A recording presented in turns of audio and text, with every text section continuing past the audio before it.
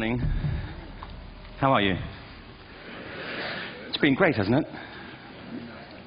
I've been blown away by the whole thing. In fact, I'm leaving.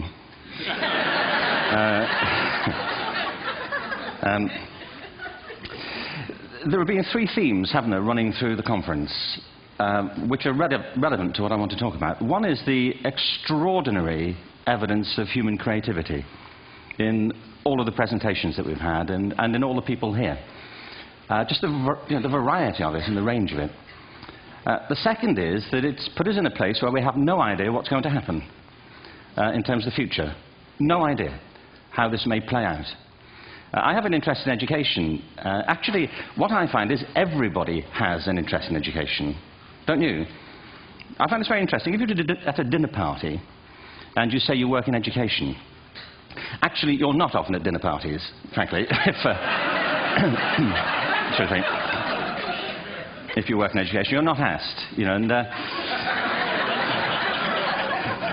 and you're never asked back, curiously. That's I think it strikes me. But if you are, and you say to somebody, they say, what do you do? And you say, you work in education, you can see the blood run from their face. They think, oh my God, you know, why me? It's my one night out all week. But if you ask people about their education, they pin you to the wall. Because it's one of those things that goes deep with people. Am I right? Like religion and money and other things. So I have a big interest in education, and I think we all do. We have a huge vested interest in it, partly because it's education that's meant to take us into this future that we can't grasp. If you think of it, children starting school this year will be retiring in 2065. Nobody has a clue, despite all the expertise that's been on parade for the past 4 days, what the world will look like in 5 years' time. And yet we're meant to be educating them for it. So the unpredictability, I think, is extraordinary. And the third part of this is that we've all agreed, nonetheless, on the really extraordinary capacities that children have, their capacities for innovation. I mean, Serena last night was a marvel, wasn't she? Just seeing what she could do. And she's exceptional, but I think she's not, so to speak, exceptional in the whole of childhood. What you have there is a person of extraordinary dedication who found a talent. And my contention is all kids have tremendous talents, and we squander them pretty ruthlessly. So I want to talk about education, and I want to talk about creativity. My contention is that creativity now is as important in education as literacy, and we should treat it with the same status. Thank you.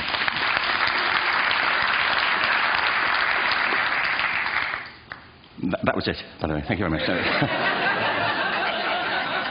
So, 15 minutes left. Well, I was born... No, I had a great story recently, I love telling it, of a little girl who was in a drawing lesson. She was 6, and she was at the back drawing, and the teacher said this little girl hardly ever paid attention. And in this drawing lesson, she did. And the teacher was fascinated. She went over to her and she said, what are you drawing? And the girl said, I'm drawing a picture of God. And the teacher said, but nobody knows what God looks like. And the girl said, they will in a minute.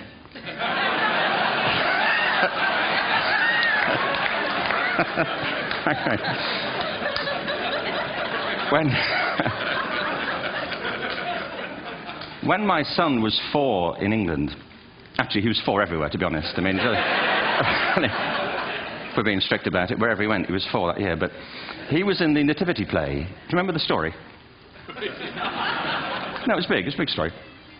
Mel Gibson did the sequel. You may have seen it. I don't know. It was Nativity 2. But James got the part of Joseph, which we were thrilled about. We consider this to be one of the lead parts. We had the place crammed full of agents and T-shirts, you know. James Robinson is Joseph. He didn't have to speak, but do you know the bit where the 3 kings come in?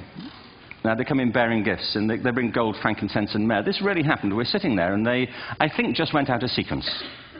Because we talked to the little boy afterwards and said, you know, are you okay with that? And he said, yeah, why was that wrong?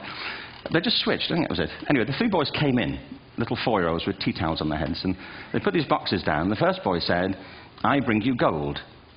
And the second boy said, I bring you myrrh. And the third boy said, Frank sent this.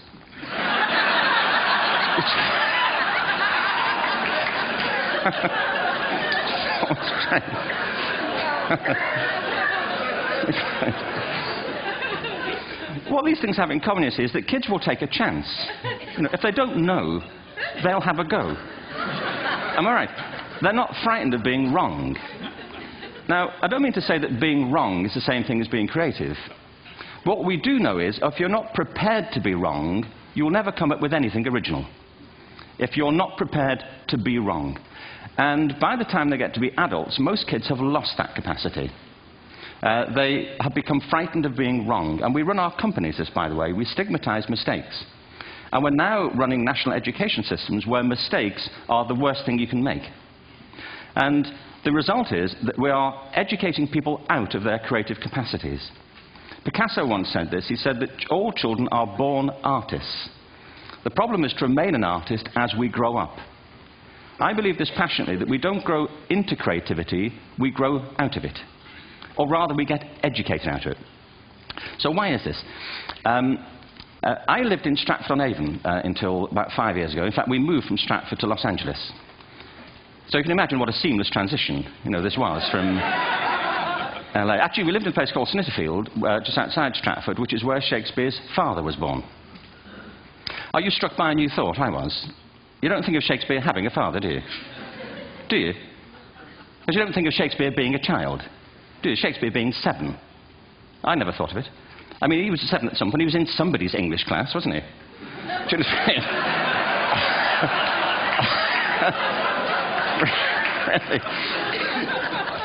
How annoying would that be? You know?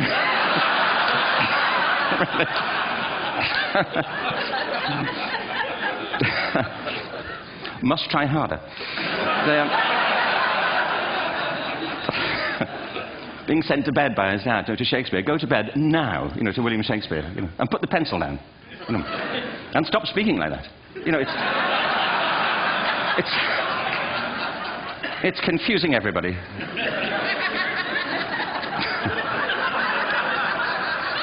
Anyway, we moved from Stratford to Los Angeles, and I just want to say a word about the transition. Actually, my son didn't want to come. I've got 2 kids. He's 21 now, and my daughter's 16. He didn't want to come to Los Angeles. He loved it, but he had a girlfriend in England. This was the love of his life, Sarah. He'd known her for a month. Mind you, they'd had their 4th anniversary by then, because it's a long time when you're 16. Anyway, he was really upset on the plane. He said, "I'll never find another girl like Sarah." And we were rather pleased about that, frankly, because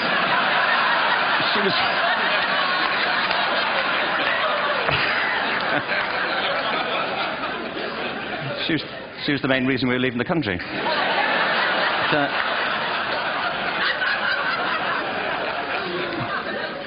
But something strikes you when you move to America and when you travel around the world. Every education system on Earth has the same hierarchy of subjects. Everyone, doesn't matter where you go. You think it would be otherwise, but it isn't. At the top are mathematics and languages, then the humanities, and at the bottom are the arts, everywhere on Earth. And in pretty much every system, too, there's a hierarchy within the arts. Art and music are normally given a higher status in schools than drama and dance. There isn't an education system on the planet that teaches dance every day to children the way we teach them mathematics. Why? Why not? I think this is rather important. I think maths is very important, but so is dance. Children dance all the time if they're allowed to. We all do. We all have bodies, don't we? You know, did I miss a meeting? I mean, I think... Truthfully, what happens is, as children grow up, we start to educate them progressively from the waist up. And then we focus on their heads, and slightly to one side. If you were to visit education as an alien and say, what's it for, public education, I think you'd have to conclude, if you look at the output, you know, who really succeeds by this? Who does everything they should? Who gets all the brownie points? You know, who are the winners? I think you'd have to conclude the whole purpose of public education throughout the world is to produce university professors. Isn't it? They're the people who come out the top. And now, I used to be one. So there. You know. And I like university professors, but, you know, we shouldn't hold them up as the high watermark of all human achievement. They're just a form of life. You know, another form of life. But they're rather curious, and I say this out of affection for them. There's something curious about professors. In my experience, not all of them, but typically, they live in their heads. They live up there, and slightly to one side. They're disembodied, you know, in a kind of literal way. You know, they look upon their body as a form of transport for their heads. You know, don't they? It's a way of getting their head to meetings.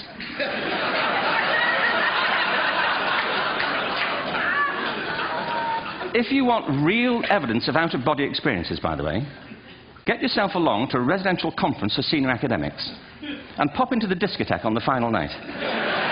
And there you will see it. Grown men and women writhing uncontrollably off the beat.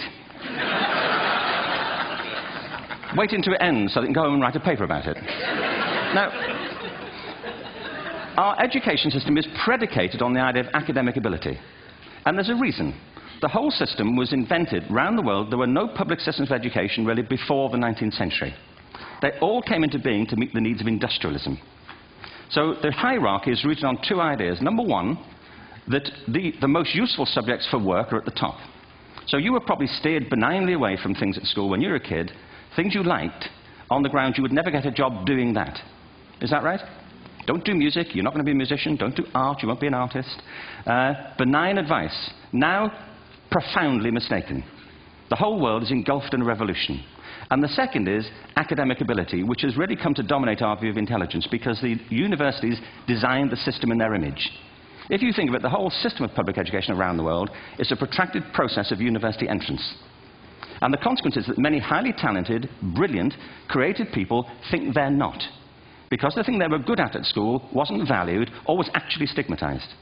And I think we can't afford to go on that way.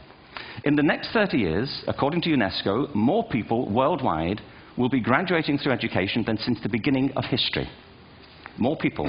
And it's the combination of all the things we've talked about, technology and its transformational effect on work, and demography and the huge explosion in population. Suddenly, degrees aren't worth anything. Isn't that true? When I was a student, if you had a degree, you had a job. If you didn't have a job, it's because you didn't want one. And I didn't want one, frankly. So, but now, kids with degrees are often heading home to carry on playing video games. Because you need an MA, where the previous job required a BA, and now you need a PhD for the other. It's a process of academic inflation. And it indicates the whole structure of education is shifting beneath our feet. We need to radically rethink our view of intelligence. We know three things about intelligence. One, it's diverse. We think about the world in all the ways that we experience it. We think visually, we think in sound, we think kinesthetically, we think in abstract terms, we think in movement. Secondly, intelligence is dynamic. If you look at the interactions of a human brain, as we heard yesterday from a number of presentations, intelligence is wonderfully interactive. The brain isn't divided into compartments. In fact, creativity, which I define as the process of having original ideas that have value, more often than not, comes about through the interaction of different disciplinary ways of seeing things. The brain is intensely... By the way, there's a shaft of nerves that joins the two halves of the brain called the corpus callosum. It's thicker in women. Following on from Helen yesterday, I think this is probably why women are better at multitasking. Because you are. Aren't you? There's a raft of research, but I know it from my personal life. If my wife is cooking a meal at home, which is not often, thankfully, but, you know, if she's doing... no, she's good at some things. But if she's cooking, you know, she's dealing with people on the phone, she's talking to the kids, she's painting the ceiling, you know, she's doing open heart surgery over here. If I'm cooking, the door is shut, the kids are out, the phone's on the hook. If she comes in, I get annoyed. I say, Terry, please, I'm trying to fry an egg in here. You know, really.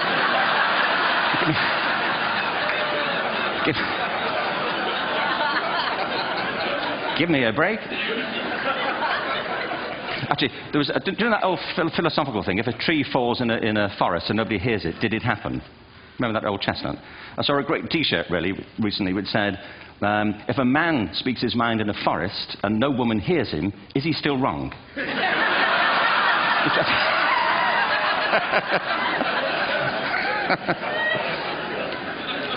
And the third thing about intelligence is it's distinct. I'm doing a new book at the moment called Epiphany, which is based on a series of interviews with people about how they discovered their talent. I'm fascinated by how people got to be there. It's really prompted by a conversation I had with a wonderful woman who most people have never heard of. She's called Gillian Lynn. Have you heard of her? Some have. She's a choreographer, and everybody knows her work. She did Cats. and Phantom of the Opera. She's wonderful. I used to be on the board of the Royal Ballet in England, as you can see. And anyway, Jill and I had lunch one day. I said, how'd you get to be a dancer? And she said it was interesting. When she was at school, she was really hopeless. And the school in the 30s wrote to her parents and said, we think Gillian has a learning disorder. She couldn't concentrate. She was fidgeting. I think now they'd say she had ADHD. Wouldn't you? But this was the 1930s, and ADHD hadn't been invented, at this point. So it wasn't an available condition. People weren't aware they could have that. Anyway, she went to see this specialist. So this oak-panelled room, and she was there with her mother, and she was led and sat on this chair at the end, and she sat on her hands for 20 minutes while this man talked to her mother about all the problems Gillian was having at school. And at the end of it, because she was disturbing people, her homework was always late and so on, little kid of 8, in the end, the doctor went and sat next to Gillian and said, Gillian, I've listened to all these things that your mother's told me. I need to speak to her privately. So he said, wait here, we'll be back. We won't be very long. And they went and left her. But as they went out the room, he turned on the radio that was sitting on his desk. And when they got out the room, he said to her mother, just stand and watch her. And the minute they left the room, she said she was on her feet, moving to the music. And they watched for a few minutes, and he turned to her mother, and he said, Mrs. Lynn, Gillian isn't sick. She's a dancer. Take her to a dance school. I said, what happened? He said, she did. I can't tell you how wonderful it was. We walked in this room, and it was full of people like me. People who couldn't sit still. People who had to move to think. Who had to move to think. They did ballet, they did tap, they did jazz, they did modern, they did contemporary. She was eventually auditioned for the Royal Ballet School. She became a soloist. She had a wonderful career at the Royal Ballet. She eventually graduated from the Royal Ballet School, found her own company, the Gillian Dance Company, met Andrew Lloyd Webber. She's been responsible for some of the most successful musical theatre productions in history. She's given pleasure to millions, and she's a multi-millionaire. Somebody else might have put her on medication and told her to calm down. Now, I think...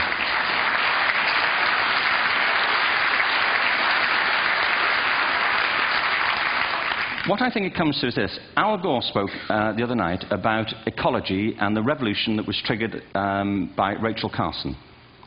I believe our only hope for the future is to adopt a new conception of human ecology, one in which we start to reconstitute our conception of the richness of human capacity.